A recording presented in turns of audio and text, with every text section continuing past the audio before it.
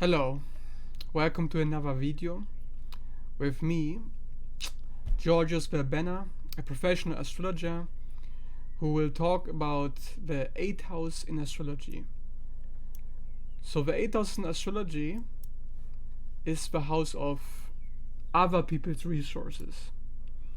When we look at this house, we look at our ability to change other people somehow, because here is how we take control of other people. Here is how we take control of external reality through others, because this is the house of other people's resources. Because it's opposite to the second house. The second house is about our resources, our money, our house, our comfort, our pleasure. And here it is about other people's pleasures, other people's money, debts, people with a sexuality, because to have sex you need another person, so that's why it's also the house of sex, simply because this is one of the resources you get for other people. And if you have planets in the 8th house, the planet somehow operates undercover. This kind of planet is under the surface, under the radar, because the 8th house is about matters that we don't like other people to see. This is where we get secretive, very private, because being seen gets us exposed. I relate to this to the fact that we fear of losing control in this house. So any planet here has fear of losing influence on other people, which in turn may make you become obsessed with other people's resources.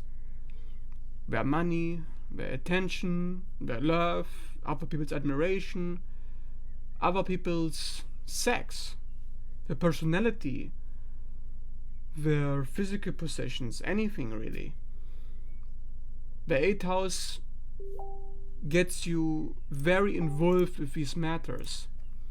And this is also the house of fascination with the darker side of life.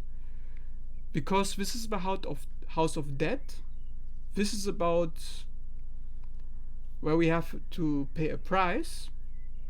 And only through paying that price can we get out of a situation. So if you have transits in the 8th house and somebody tells you this is the house of death, well, it's because you need to pay something. You need to give something away. Something needs to die in order for it to be reborn. Because rebirth is about regeneration. For example, an 8th house matter would be the cells in the body. If your skin cells die, it's because they need to be reborn. They need to be regenerated all the time. So this is an 8th house matter. The 8th house shows us how a planet or a sign gives us energy, how we get energy. So if you have the 8th house in Gemini, you get energy through reading, through learning, through communicating, through talking, through gossip, through learning new information.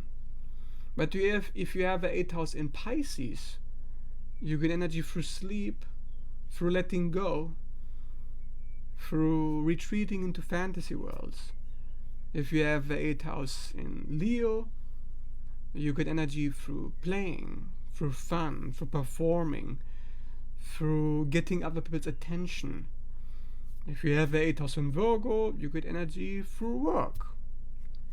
Maybe through detoxification, cleansing, through your routine, through problem solving. The 8th house is important in these matters because without the 8th house, we don't get to be reborn. We don't get reconstructed. This is why I call this the house of identity reconstruction. Because before we go into the 9th house, which is about expansion, finding meaning in the world, finding our place in the world, we first have to construct a solid foundation on which to stand on. And this foundation is different from the fourth house, as all the water element houses deal with karmic issues, they deal with family issues. The fourth house, for example, deals with our family roots and that which we need from the family. But the eighth house is where we get free from the family, where we get our own identity, which is different from the family, which is why I call this also the house of cutting the umbilical cord. And of course, it's a very independent house. So if you have sex, which is a very private matter, this is something you do away from the eyes of a family, away from the eyes of a public. So everything that's occult is operating in this house. While the fifth house is about sex as a game, the eighth house takes it as a spiritual experience. This is the house of mystical science. So this is the house also often associated with demons in the closet, things that you hide. This is like if you have a transit in the eighth house and you see what's going on in this house, you often experience that there's something you are deeply afraid of and you don't really know how to deal with it. There doesn't seem to be an obvious way to confront it directly. This is where we handle things indirectly. This is where things are really gone under the surface. This is what you observe when your parents are arguing about money, finances, their shared resources, because this is where other people have power over us. This is where we share our resources with them. And of course, if we share things with them, we get dependent on them. And in order to get what we want for other people in the eighth house, we need to have power over other people, which is why it's about influence. And through this power and influence, we hide our vulnerabilities, we hide our weaknesses, which is why it's so private, this house. So if you have a lot of planets there and you are a private person, this is why. Because essentially, this is the house of nakedness. This is how I call it. Nakedness, because it's essentially about stripping away anything that we have to dig in very hard before we can get it out. And that which we have to get out are our weaknesses, which is the stuff we cannot show to anybody else. So once it is out, once we address the demons in the closet, we can feel very naked, we can feel exposed. We may even feel as if we are about to die, like a snake shedding its skin. A lot of snakes don't survive the process of shedding. So this is also about processes which are extremely risky, which we may not survive, but we have to embrace the process of dying in order to be reborn. Because without death, without the acceptance of death, without our allowance of nakedness, there is no growth. We stay stuck in the second house of comfort, material comforts, where we get stagnant. So here is the house, which is why it's opposite to the second house of Taurus, which is about things staying the same, stability. This is about instability, getting out of where we are, getting unstuck. This is the cataclysm house. This is the house of volcano eruptions. This is the house of lightning strikes, which is also the house of enlightenment, like the Kundalini rising, which sits at the bottom of a spine and then it goes up, because it's about sudden shifts, sudden shedding of something that's deep inside the body, which is why it's like you're stripping away your clothing, taking off the armor, which is why it's associated with de-armoring in psychology. So if you de-armor someone, if you strip away that which they use to hide their weaknesses, if you take away the emperor's fancy clothes, then he is naked and everybody can see who he really is. You take away the facade, Yeah? This is the house of exposure, getting rid of the facade behind the curtain. Like in the bedroom, you put the curtain in front of the pair when they consecrate the marriage. 8th house matters are about taking the armor away, taking away the self-protection that is in place of connection. Because this is where we connect directly to the other person through penetration, which is why it's connected to sex and Pluto and Mars and Scorpio. It's all the same, really. You penetrate into the other person, which is also why it's the house of interrogation, criminal investigation. It's good for crime detectives and interrogators who excel in this house. And this is the house of whoever is doing the investigating, whoever is doing the interrogation, whoever is doing the exposure is usually somebody who's very powerful, because he's taking away somebody else's resources, somebody else's protection. So this is the house connected in esoteric astrology with the inner beast, with the inner dragon, or as I like to call it, the demon within, the beast that confronts our enemies, which is where we get out of the family, we confront our enemies, we can often get into underground operations where we see spies, military personnel, people who deal with death and secrets, finding out the enemy's weak spot, like a stinger, like a scorpion, sting, getting the chinks in the armor to destroy the enemy through a devastating strike, because, of course, it's the house of vulnerabilities. So this is where you get a certain penetrative vision. If you have the sun in the 8th house, the sun illuminates these principles about penetration. And however, simultaneously, this is the house of scandals. So you may also be the one who's getting exposed. So be careful in the 8th house, because if you have planets there, this may be the planet, how you get into scandals, how you get exposed through this planet. Because this is the snake shedding off its skin in that house. So how are you shedding your skin? Through this sign, through this planet. How do you shake off the armor? How do you change? How do you transform? How do you die? How do you leave this world? And what is it that you need to leave behind in order to move on? How do you separate and individuate from the planet itself, from yourself?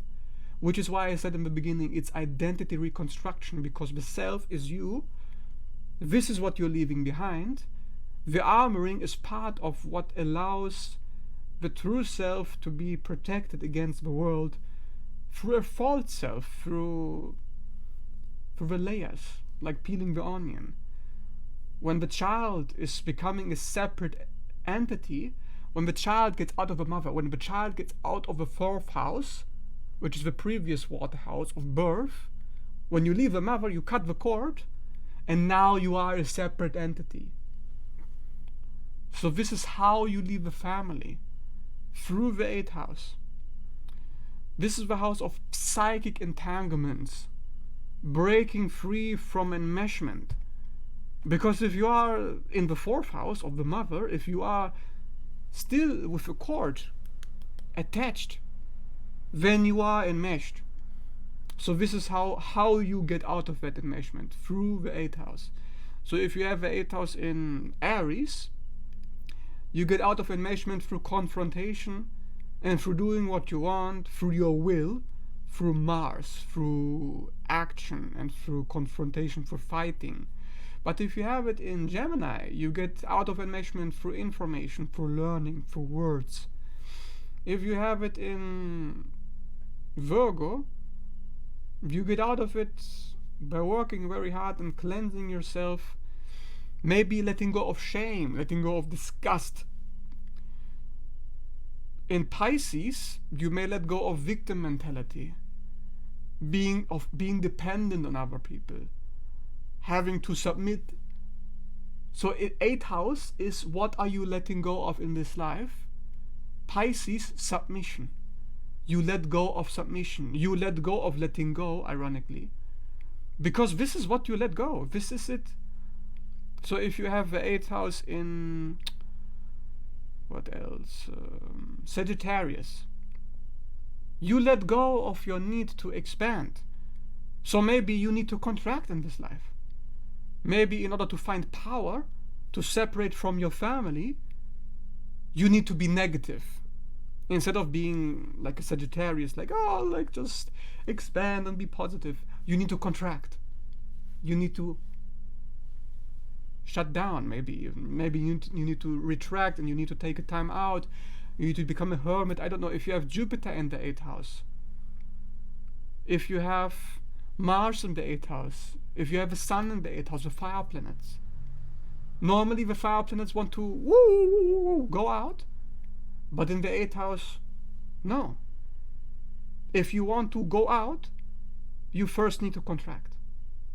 Through contraction, you go into the Kundalini is contracted, the snake in the body.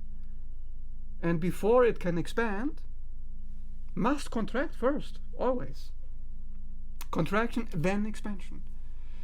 This is why the 8th house is followed by the 9th house of expansion, literally. So, this is the snake, we know. And if you have a planet in this house, it means that the planet is trying to break free from enmeshment. So maybe this is how you got enmeshed in the family. This is how other people took control over you. And now you're using this planet to break their control. Break the control of other people. Break the control of demonic forces.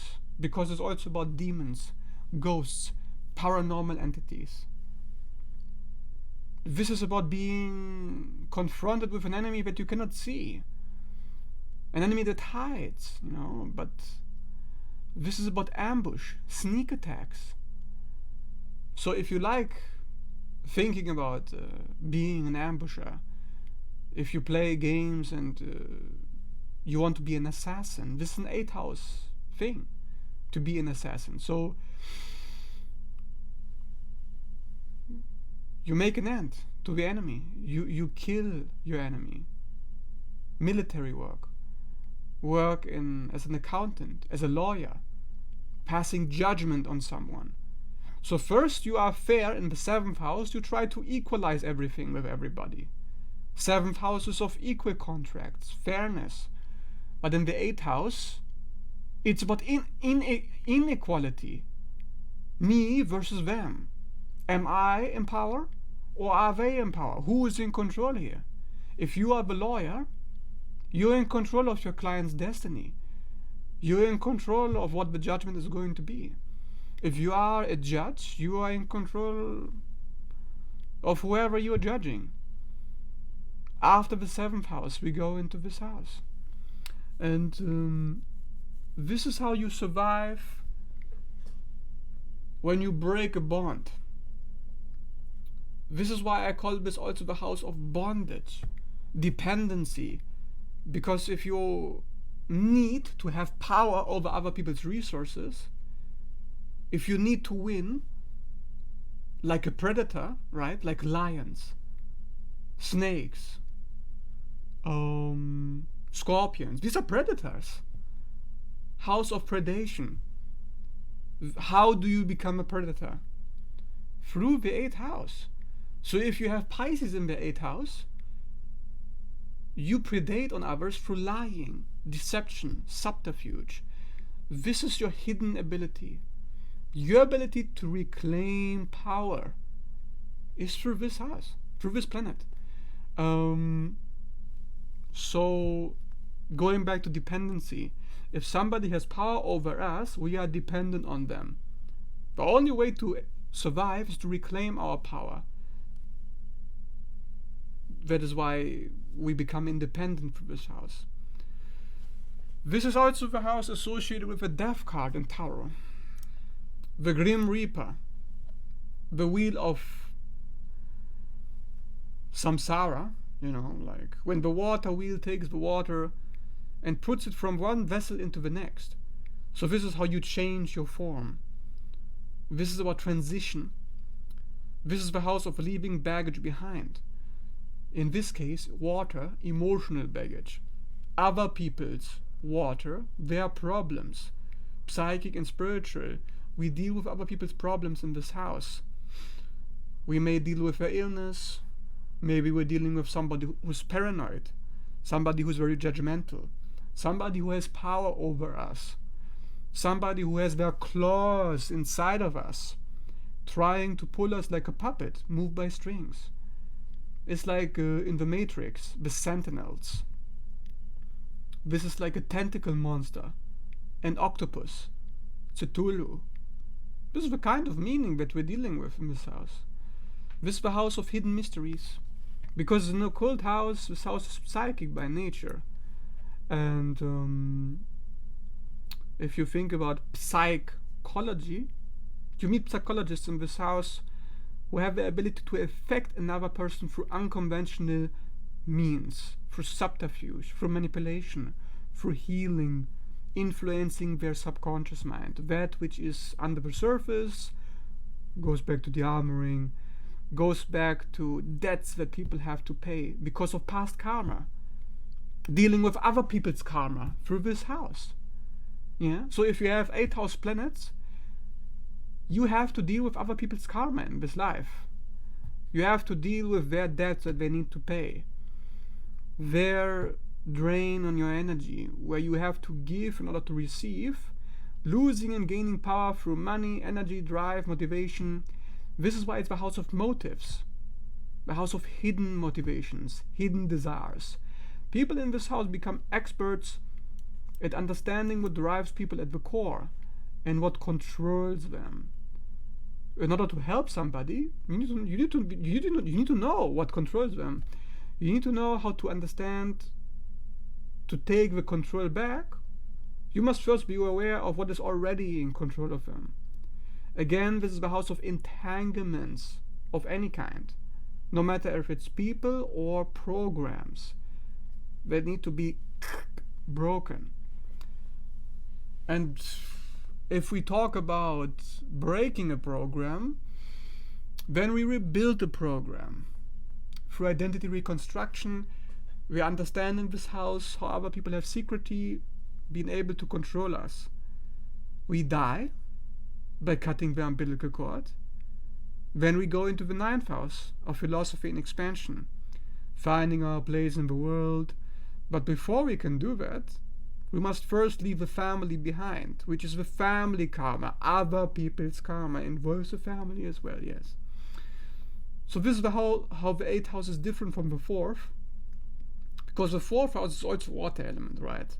But the 4th house is about our roots, family attachments and dependencies that we need to maintain. The 8th house is about the dependencies that we need to remove. This is the house of psychic surgery, surgeons, operators, doctors, these kinds of people. It is after all about death, figuratively and literally. And if you operate on someone, you need to cut with a knife. You need to go into the wound. You need to cut out. You need to de-armor. You need to take some of the tumor out of them, right? Like getting rid of the cancer. Having an operation, a cancer operation, is an 8th house thing. So if somebody maybe comes to you and they say, oh, I have an operation, maybe I've been struggling with this chronic illness for a while, then look at the 8th house. Where is this illness coming from? What do they have to do to really get rid of that illness? Because if they don't do what is in the 8th house, what is suggested for them to do, astrologically speaking, then it's going to come back. So they have to know. if this operation is going to be enough, if this is in alignment with what the 8th house represents. One man's loss is another man's gain. Right? If you take somebody's power away, well, now it's your power. This is the house of sudden earthquakes. So maybe somebody else takes your power away, but you don't know how it happens. It happens unexpectedly. Because it's opposite of the 2nd house, which is predictable. Stability and security, blah blah blah blah blah blah, boring stuff. Yeah, it's very very predictable, the 2nd house. So this is why we get into the unpredictable realm. And that's why do we get so much fear from this house? Why do we deal with secrets, hidden problems, the occult? Because it's not predictable. The unknown, there's no predictability here. But this is the house where we lose our security in order to understand our vulnerability, to understand how other people affect and control us. Because it's on the axis with the 2nd house of pleasure, material possessions, money. The 8th house is about other people's pleasure, other people's sex, other people's money, other people. What are they giving us? What do we need from them? And in order to get what we need from them, of course we need power. This is the whole point of it. This is the whole point of why we need control in this house, because if you have planets in the 8th house, it means your family needed you or forced you to have control through this planet, through this house. You couldn't get what you needed from your family unless you had power through those aspects there. So this is also the house representing the mother's child of a family. So you are your mother's child. So what kind of a child are you? What kind of a child are you? If you have 8th house Pisces, you're this shy, very psychic and sensitive little child, this baby. If you have 8th house Virgo, you're very like, yes, I will do this, I will do that, I will do this. Very submissive like the Pisces, but very critical and very honest and very very dutiful, very dependable. Yeah. Or maybe you're just somebody who gets criticized all the time by the family, who needs to carry the burdens of a family. What kind of child are you for the 8th house? To the 8th house you also see how enemies communicate with you.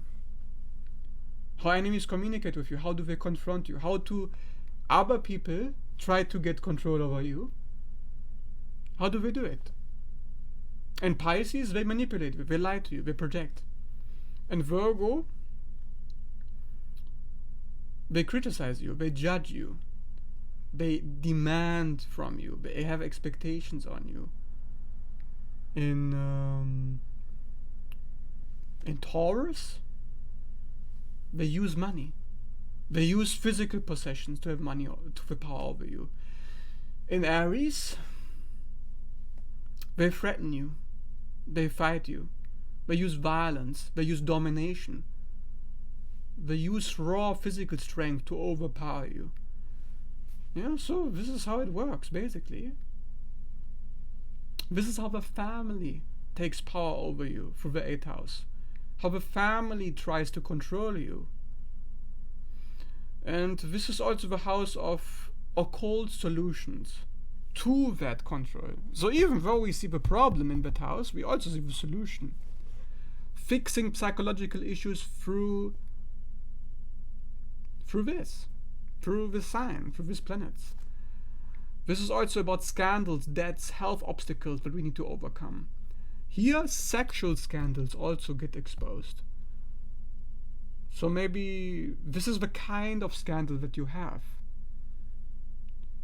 Look at the planets to see what kind of scandals you could be exposing or you could be dealing with in general in this life. Of course, it depends also on hard aspects, light aspects. But in Vedic astrology, you refer to the 4th, the 8th, and the 12th houses as the houses of karma. So this is the houses of the garbage that we absorb from the world. This is how the world contaminates you. Because the world is full of evil, and water is a container.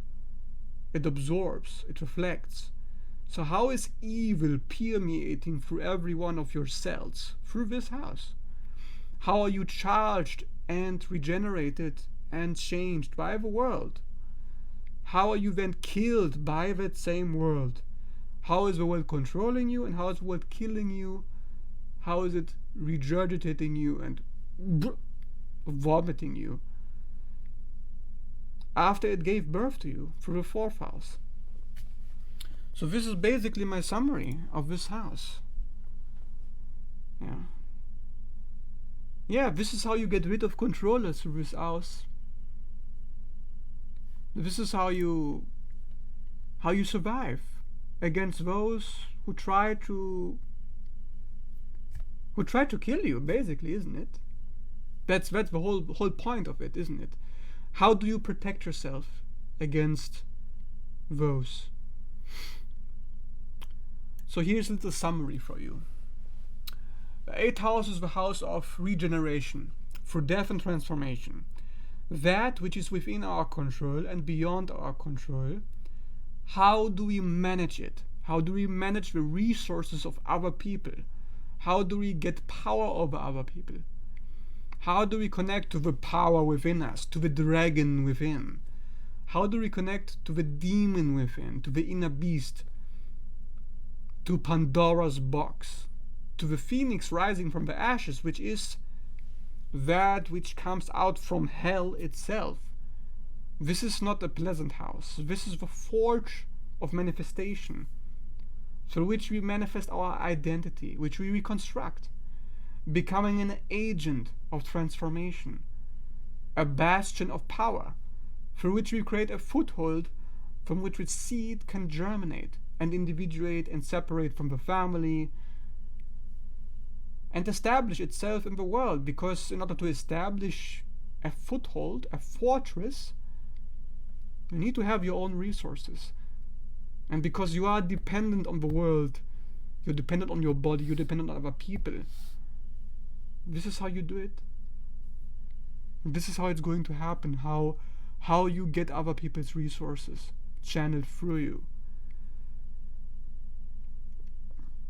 Of course, if you have transits in this house,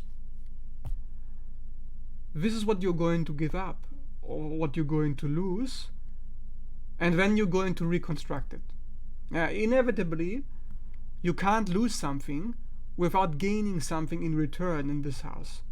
So every loss in this house is about a return. Because this is not the 12th house. The 12th house is about losses, for which you do not get any return whatsoever. But the 8th house, yes. This is not it's not a selfless house. This is self through others.